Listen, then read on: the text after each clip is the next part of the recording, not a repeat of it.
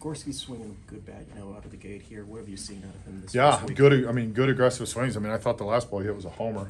I think it is a homer if the wind doesn't carry it, or knock it down. But overall, good aggressive swings. It's really encouraging to see.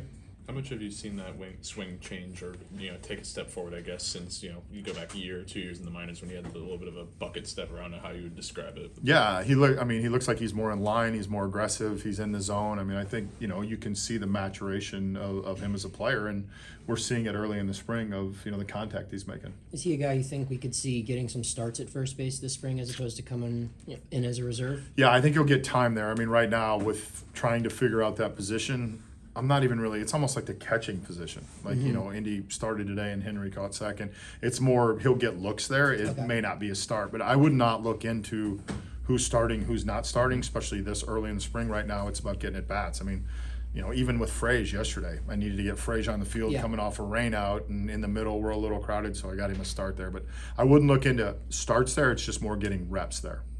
How important is it for him to continue to showcase that? I think it's really important to showcase not only power, but just ability to stay in the zone, ability to stay versatility. I mean, we're 4 games in or 5 games in or whatever we are, so there's a lengthy time here, but overall, good first impression. I wanted to ask about the leadoff spot. In both games, you guys had a multi-hit effort. Jack with 2 hits and a solo home run there, and then Tommy. We'll start with Jack. Is that a position that you think he could see, or a spot, I should say, he could see more time there just with his approach, and then Tommy with the experience? Yeah. Same question. Yeah, Tommy's done it before and has been there. And I think in Jack's case, Donnie and I talked about it. We put him there. I think he may be even there again tomorrow.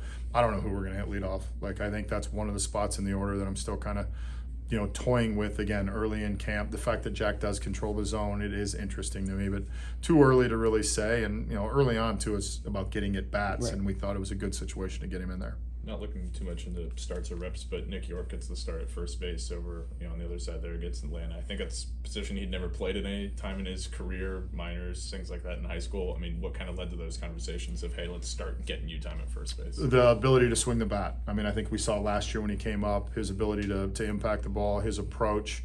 I mean, he's a natural middle infielder. Last year, I think we saw him play second. We saw him play third in both corners. Just adding that into his repertoire, especially with Horo being down for a while, it's going to be a situation like we talked about yesterday or the day before. Like, we're going to get a bunch of looks at different people. When you have the split squad, we're able to get him some reps there, and I'll be interested to hear what Donnie says about it.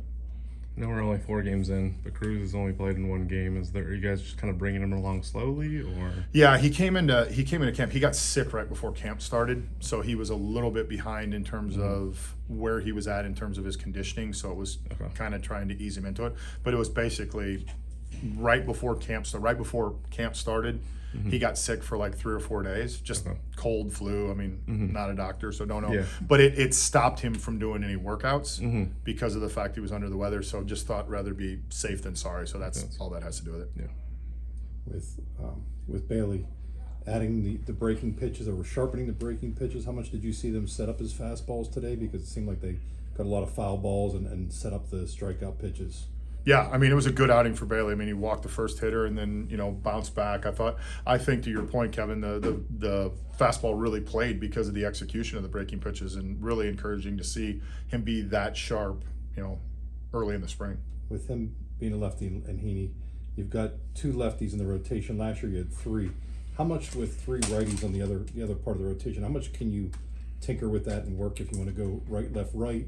Or do you have any desire to put those 2 guys back to back, or would you like to break them up? Yeah, I would guess early on we're going to break them up, and I wouldn't go hard and fast on that because we haven't got there yet. But I would probably not assume that they're going to be back to back, at least for us to start.